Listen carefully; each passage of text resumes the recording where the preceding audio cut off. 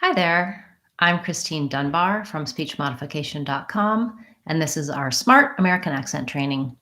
Welcome to our live Friday question and answer class, where we take your questions for American accent, American English pronunciation, intonation, words you have difficulty with, and anything that you need to help you improve your personal and professional communication in American English.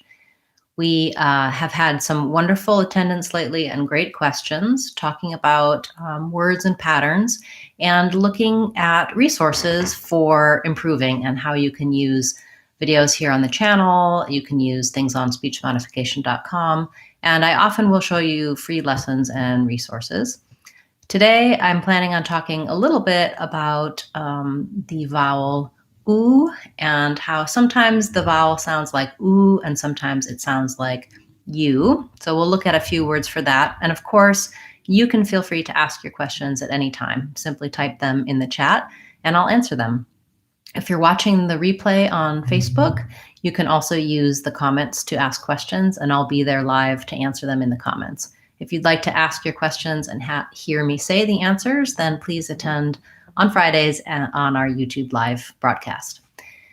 Before I begin taking questions and talking about the oo sound, I just want to mention one of the things that is really important to me in terms of my philosophy for working on American accent and being an American accent coach. And that is that it's my belief that there's nothing wrong with having an accent. And I think that many, many people have an accent, are successful, speak well, communicate well, are well understood. Sometimes my clients and students talk to me about their frustration when they're not well understood or when they feel that they're being judged on their accent rather than on the content of what they're saying.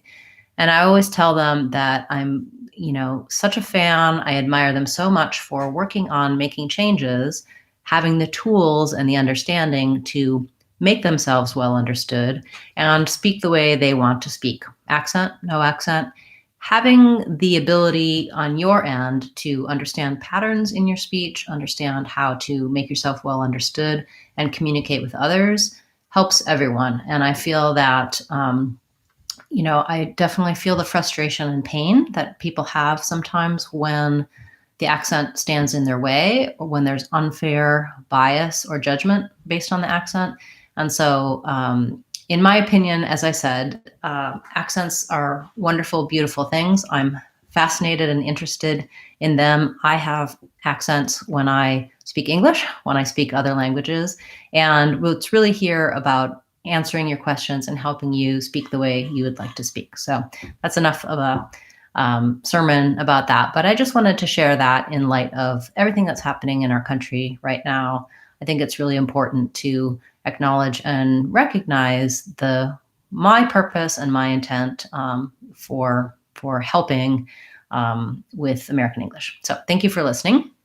I see some questions or some comments. Welcome, everybody. It's nice to see so many of you coming back and asking your questions. The requests have come in. Many of you have given me suggestions for our Word of the Day series, and we'll be continuing that, breaking down and looking at pronunciation of specific words. And this week, one of our words was the word security. And I was thinking about how in that word, we talked about in that lesson, the middle syllable, the stressed syllable, sounds like the word cure. And that can be a little bit of a difficult word to pronounce because even though we have an oo sound, we also, before the oo, have this y sound. So you'll see, not really so much of an oo sound always, more of an sound. But we have this y sound, and it can be cure with an oo or cure with a y. So you can view the security video on security on my channel page if you want more details on that. But what it was making me think about was how I will often hear non-native speakers having some confusion with words like new and few. In British English, other dialects of English, these words would rhyme. They would have new and few. But in American English, we don't do new. Rather, we pronounce it like new. It sounds just like an oo. So there's no little y sound. Whereas in few, we have the f and the y sound, few, and it sounds like few. And so on my website, I have a lesson, and I'm looking to make a video soon about the difference between words that have oo and words that have you, and to help you differentiate those, because it's not really clear based on spelling. It's not always clear based on words. Some other examples of the you would be words like unit or music. And sometimes this error pattern can go in the other direction too, where you might not realize that you need that y sound before your oo sound in these words. Some words that where I hear it the other way, I'll hear sometimes words like to or do. These words all just have the oo sound. So my library book is do. I'm going to do it. I will sometimes hear people say it more like jiu or tu with that little extra y sound in it. I just thought of another one that's do. So we have what are you going to do? My library book is do. And there's some dew out on the grass this morning. This one's less common, but at any rate, this is a video I'm considering making and a lesson I'm considering having because I do think this is one of the small details that makes a difference, where there's nothing wrong with using more of a British pronunciation, but if the rest of your pronunciation is more in the American accent, then those little words like new versus new will stand out.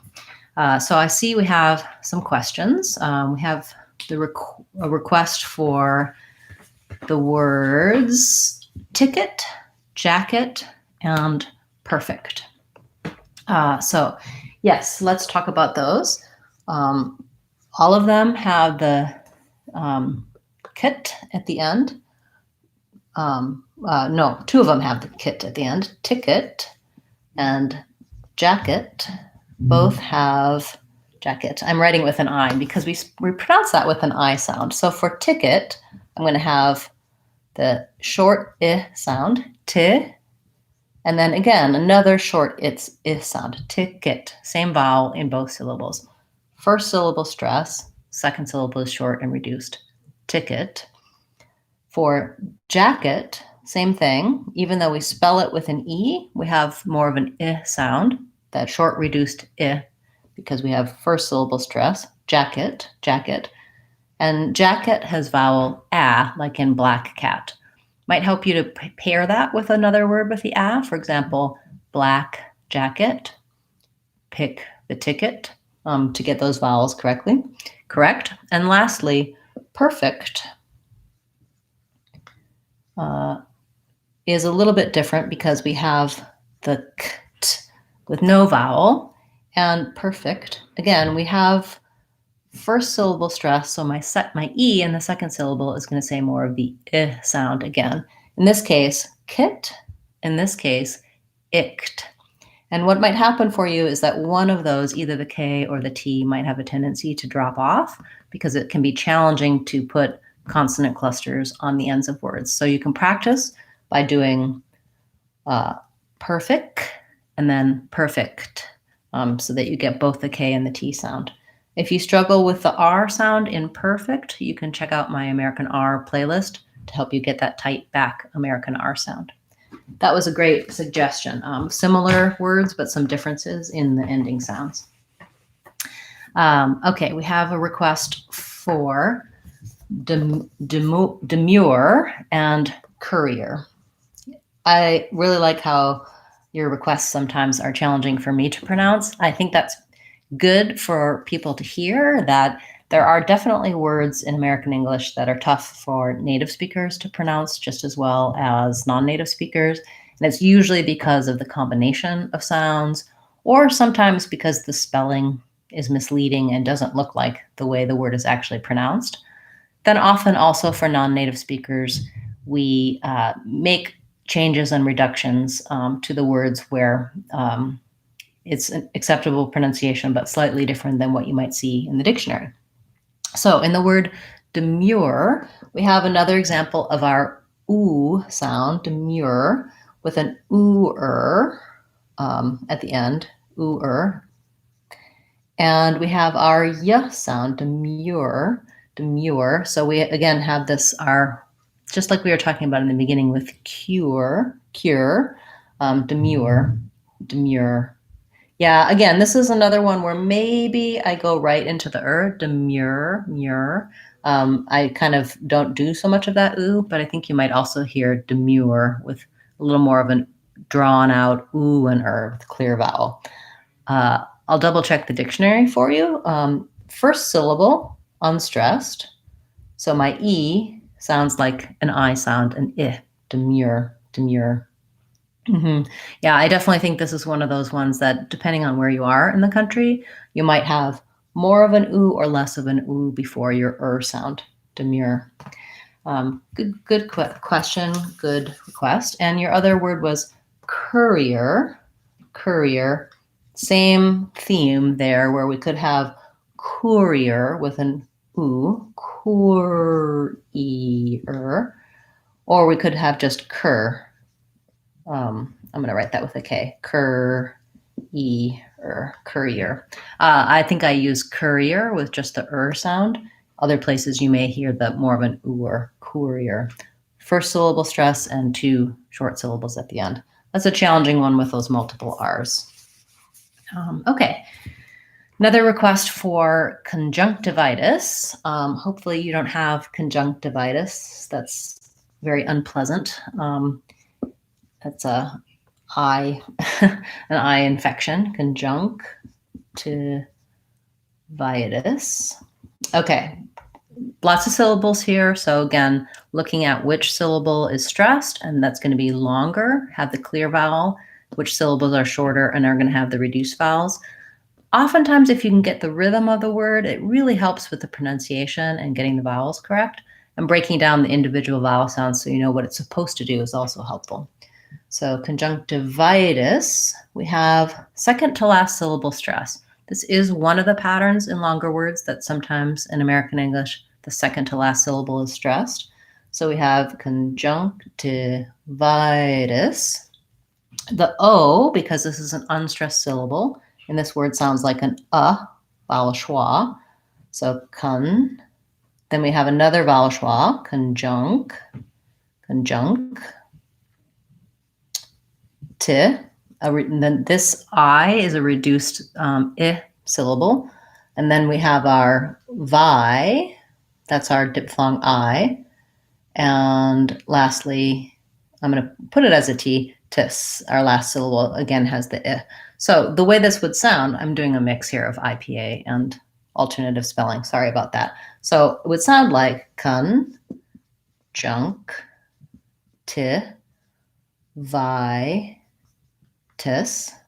short, long, short, conjunctivitis.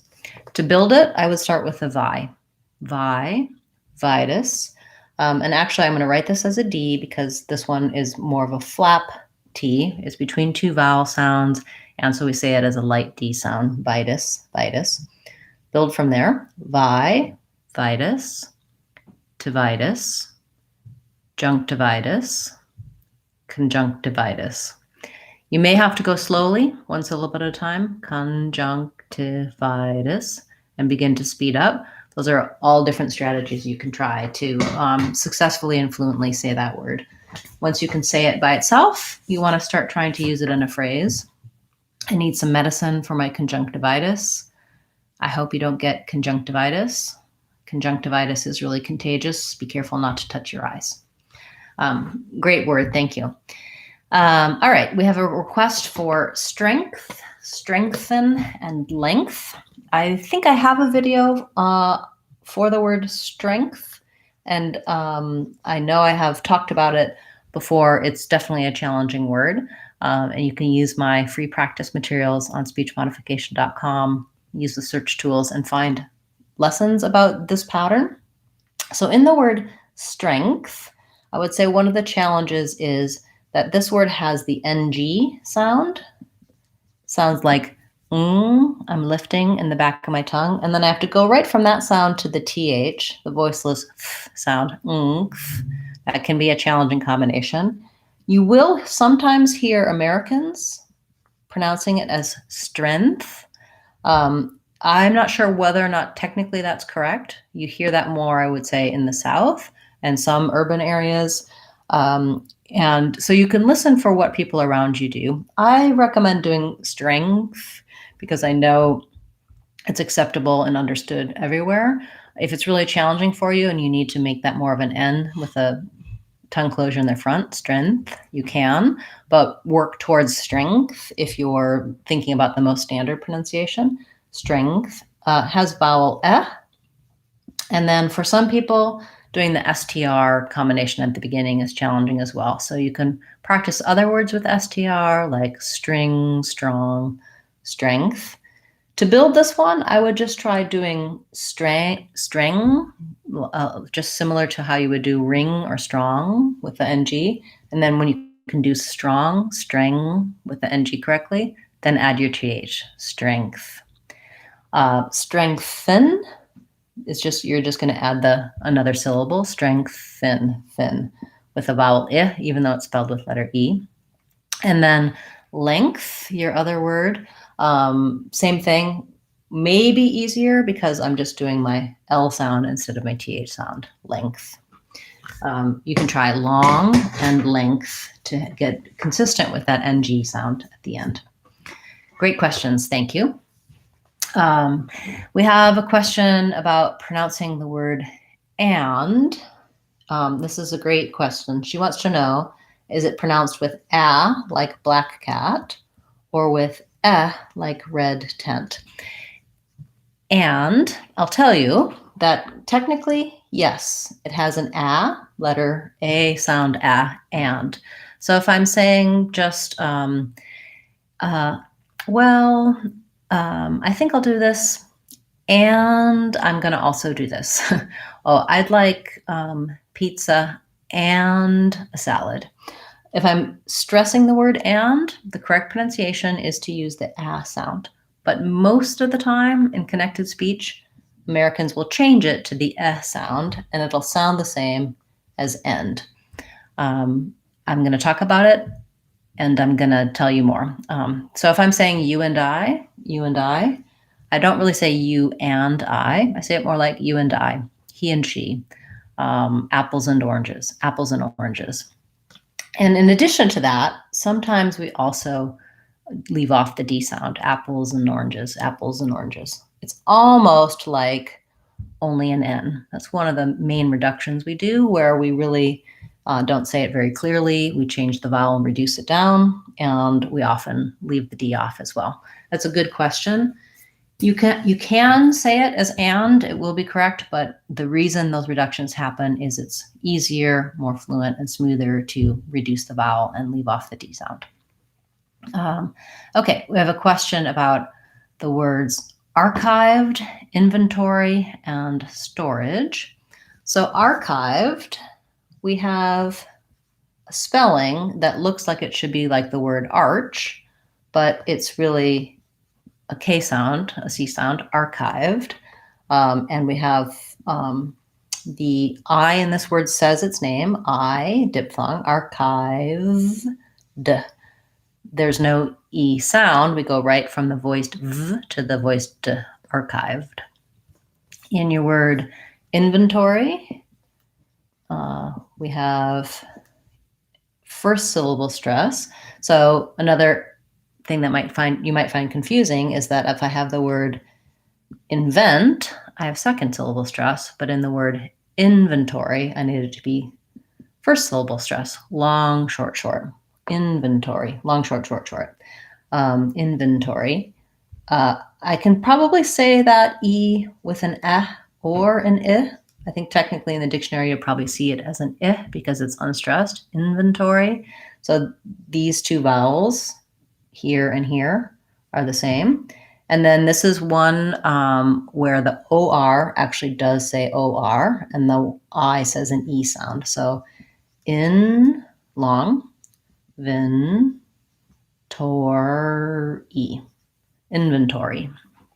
And then with storage, we have the J sound for the letter J there, storage.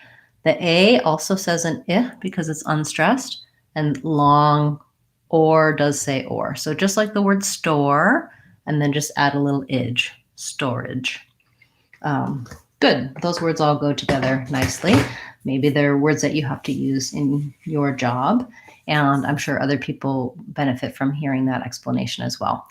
We have a lot of questions. I hope I'll have time to get to everyone's question today. Please, I appreciate your patience as you're waiting for me to answer your question. And if I don't have time for all the questions today, or you didn't get a chance to ask yours, you can always leave it in the comment on this video or on my other videos. I go back through and read those and answer them in the comments. And I also will include links for you where you can find videos with me explaining about your word or your pattern. I include those links to website lessons and videos on YouTube. So we have the request or the challenging word width. Yeah, this is tough because we want to make sure, we want to try to make it different from the word with. When I say the word with, that TH sound flows and continues. When I say the word width, it continues after, but first I have to stop the air with a D. So I'm not really saying width. I don't really say and release that D. But what I do to make it different from with is that I move my tongue into the TH position, but then I stop the air as though I'm making a D further back on my tongue. So it would be like this, width. So you can see that I get ready to be able to make that TH sound by having my tongue there, and then the blade of my tongue behind the tip pushes back against my teeth and my alveolar ridge behind my teeth width. So the air stops, so the listener hears a D sound, but it releases right into the TH. So length and width, we talked about both today. Great request, thank you. I hope that helped you, and you can also check out my TH playlist if the TH sound is difficult for you, or if you want to know more about those stopped sounds like the stopped D, check out some of my videos about American T and D. Great questions. We have a request or a comment that the consonant L is difficult to pronounce.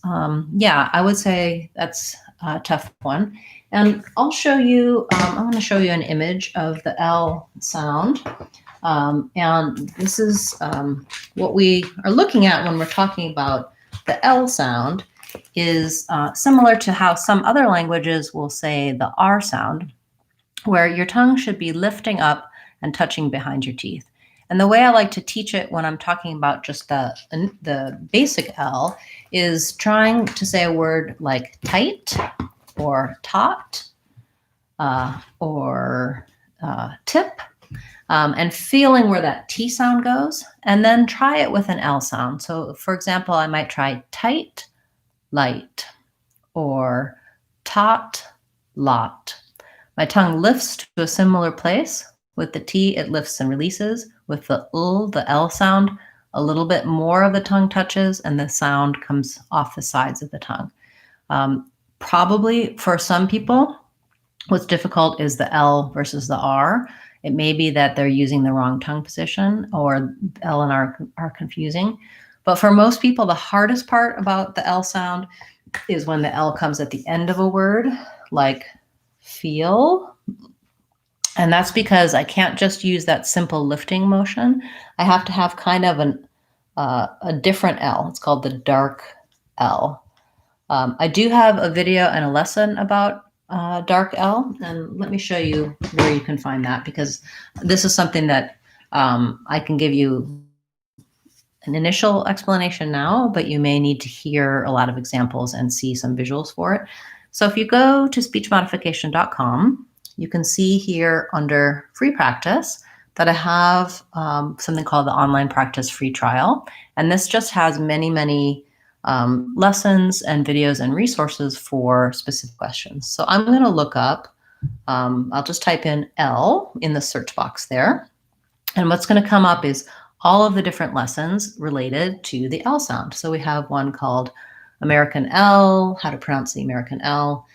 So I'm just going to go to the basic American L lesson and show you that there's a video here. You can find it on YouTube as well, that shows the difference between the front L, like I was talking about with light and tight, and the dark L that we have in words like feel and tall and girl.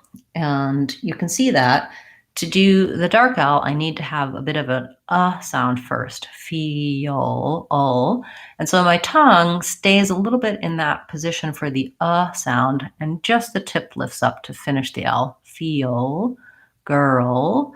And that's the part that tends to be most challenging, and knowing which words it happens on and hearing and reading about the explanations is probably going to help you quite a bit with that L sound. So check that out on speechmodification.com. Thank you for your question. We have a question about breaking words in syllables, following up on conjunctivitis. So she's asking about breaking up syllables, and the way I think about that is easier to break up syllables is kind of where can I pause between. So I would say conjunctivitis, vidus. The D, the flat T comes on the last syllable. Yeah, so I think she's asking about would it break between tiv and I, tivitis, and I think it's tivi. So I think the V goes on the stressed syllable, tivitis, because I need that length there. In terms of how we actually speak in connected speech, what's important is the vowel sounds for syllables, and so that we're long on the I, so that we hear conjunctivitis, that the length and the stress is there, and the clear vowel. Where I break it, I think is usually a useful tool for teaching spelling and reading, and not so much for pronunciation, except for knowing which syllable is stressed. Hopefully that answered your question accurately. If not, please ask me again. You can follow up. Okay. Question about demure. Does it have the same end sound as amateur and mature? Mature, demure.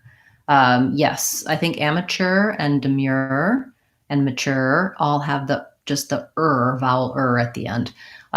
If you were watching earlier when I was talking about demure, some people may have more of an with a little extra clear vowel before the but they all end on that tight American vowel sound. All right, we have another request for pronouncing the name Ross and the word buffet. So Ross has vowel aw.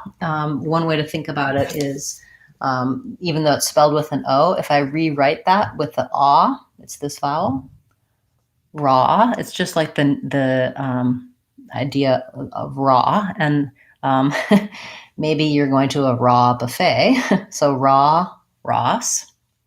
Buffet comes from the French and has the T is silent. It has an A vowel at the end, buffet, and it has a vowel schwa. So it sounds like buffet, short, long, second syllable stress, buffet. All right. Another question, Azure. We have talked a little bit in our word of the day and some of our recent classes about this zh sound.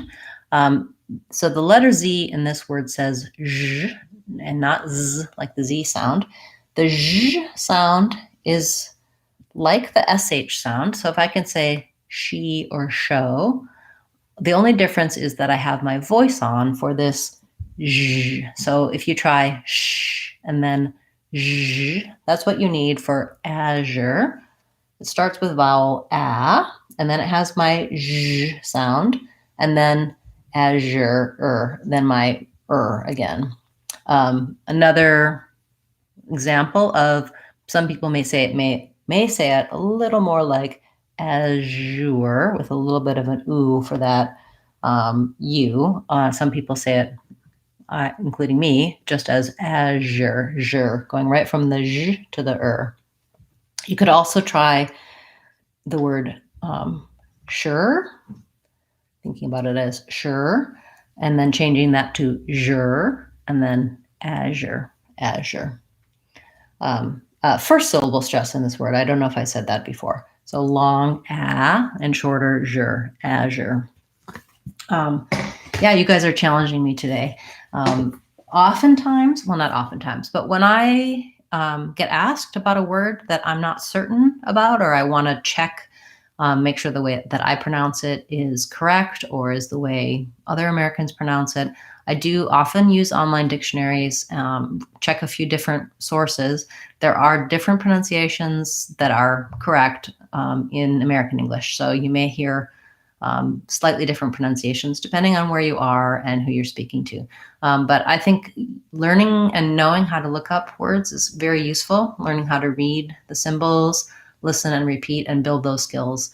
Of course, I love that you ask me the questions, but what I want to say is that I'm not the ultimate authority, that I also have to check and use references to pronounce things correctly, especially some of the more challenging words that many people, including perhaps myself, mispronounce.